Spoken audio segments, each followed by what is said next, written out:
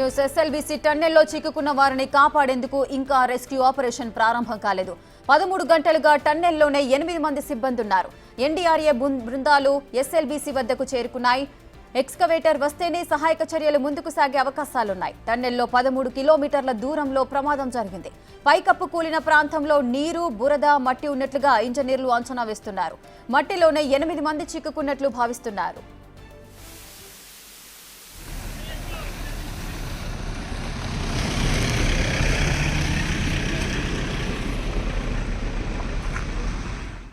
మరిన్ని వివరాలు మా ప్రతినిధి శంకర్ అందిస్తారు.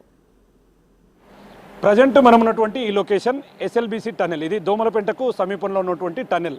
ఎగ్జాక్ట్ టైం ఇప్పుడు దాదాపుగా చీకటి కావస్తుంది. ఎస్ఎల్బీసీ టన్నెల్ దగ్గర ఉదయం 8:30 గంటల ప్రాంతంలో లోపల టన్నెల్లో దాదాపు 14 కిలోమీటర్ దూరంలో ఉన్నటువంటి దగ్గర ఈ టన్నెల్కు సంబంధించి మొత్తంగా 3 మీటర్ల మేర కుంగిపోవడంతో ఒక్కసారిగా లోపలికి వెళ్ళినటువంటి 50 మంది కార్మికుల్లో దాదాపు 42 మంది ప్రాణాలతో బయటపడ్డారు.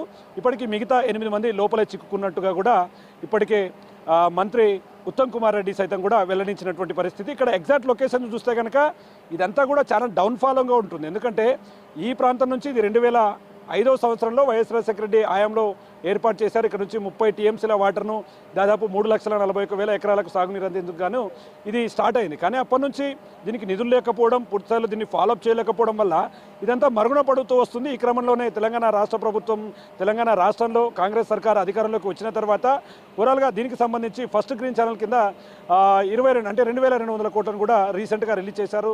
4 రోజుల బిఫోర్ నుంచి కూడా ఇక్కడ పనులు నడుస్తూ వస్తున్నాయి. ఈ క్రమంలో ఒక్కసారిగా ఈరోజు ఉదయం ప్రమాదం చోటు చేసుకోవడం, లోపల దాదాపు 8 మంది చిక్కుపోయారంటూ కూడా వారిని రక్షించే ప్రయత్నం చేస్తున్నామంటూ కూడా ఇప్పటికే మంత్రి ఉత్తమ్ కుమార్ రెడ్డి కూడా చెప్పినటువంటి పరిస్థితి ఇక్కడ కనిపిస్తుంది. ఓవరాల్గా దీన్ని చూస్తే మాత్రం ఇప్పటికీ ఈ ప్రాజెక్టు దాదాపు గ్రీన్ ఛానల్ కింద ఫస్ట్ విడతలో భాగంగా 2200 కోట్లు, అంటే అప్పట్లో దాదాపు 2200 కోట్లతో చేసినప్పటికీ 2019 అంటే 2019 వరకు కూడా ఈ ప్రాజెక్టు ఎక్కువగా పట్టించుకోకపోవడం, పనులంతా ఆగిపోవడంతో దాదాపు 10 ఏళ్ళుగా కూడా దీన్ని ఎక్కువగా పట్టించుకోలేదు.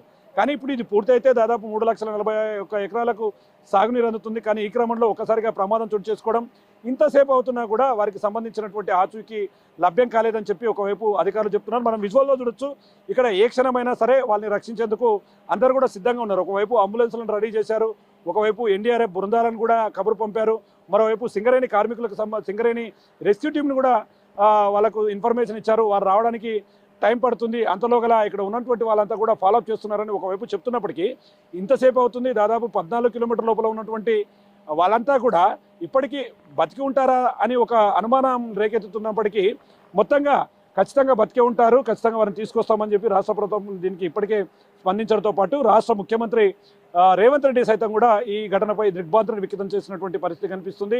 ఖచ్చితంగా వాళ్ళు బతకాలని కోరుకుందాం, వారిని ఖచ్చితంగా సేఫ్గా తీసుకొస్తాం. దీనికి సంబంధించి దేశంలోనే అత్యంత పటిష్టమైనటువంటి రెస్క్యూ టీంని కూడా ఇన్ఫార్మ్ చేశాం. వాళ్ళు రాత్రి 12 తర్వాత ఇక్కడికి వచ్చే అవకాశాలు ఉన్నాయి కాబట్టి మరో రేపు ఎల్లుండి కూడా ఈ రెస్క్యూ ఆపరేషన్ మొదలు పెడతారు. మరి వారికి సంబంధించి లోపల వాళ్ళ పరిస్థితి ఏ విధంగా ఉందనేది మాత్రం క్లియర్ కట్గా తెలియరాలేదు. మొత్తంగా ఈ ప్రమాదానికి ప్రధాన కారణంగా అక్కడ వర్క్ జరిగే టైంలో మేజర్గా ఏదైతే ఈ యొక్క భూమి లోపలి పొరల్లో కదలికలు రావడం, అంటే ఈ కదలికల వల్లనే ఈ ప్రమాదం జరిగి ఉంటుంది, జియోలాజికల్ ఎఫెక్టివ్గా దీన్ని తీసుకోవచ్చు అని కూడా ఇప్పటికే అధికారులు కూడా చెప్తున్నటువంటి పరిస్థితి. ఏదేమైనప్పటికీ ఈ ప్రాంతాన్ని చూస్తే మాత్రం క్లియర్ కట్గా అర్థమవుతుంది. ఇప్పటికే చీకటి పడింది, ఇక్కడ నెట్వర్క్ కూడా సరిగా అందలేనటువంటి ప్రదేశం కాబట్టి వాళ్ళు ఇంకా బతికి ఉంటారా అనేది ఒక అనుమానాలు రేపెత్తుతున్నప్పటికీ వాళ్ళు బతకాలి, ఖచ్చితంగా వాళ్ళని బతికించి తీసుకొస్తాం, వాళ్ళు ఉన్న ప్రాంతంలో వెంటిలేషన్కు దానికి అనుకూలంగా ఉంటుందని ఒకవైపు చెప్తున్నప్పటికీ మేజర్గా రెస్క్యూ టీములు రావడానికి, ఎన్డీఆర్ఎఫ్ బృందాలు రావడానికి కూడా కాస్త టైం పట్టే అవకాశం కనిపిస్తుంది.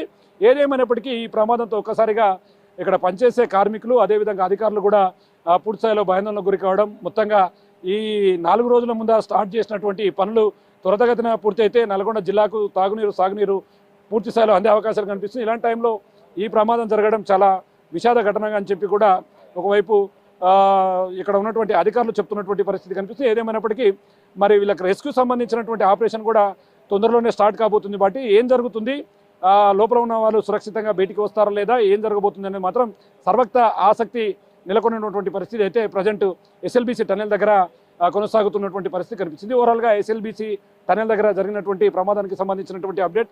కెమెరా పర్సన్ నగేష్తో Shankar Goud, big TV, SLBC tunnel నుండి.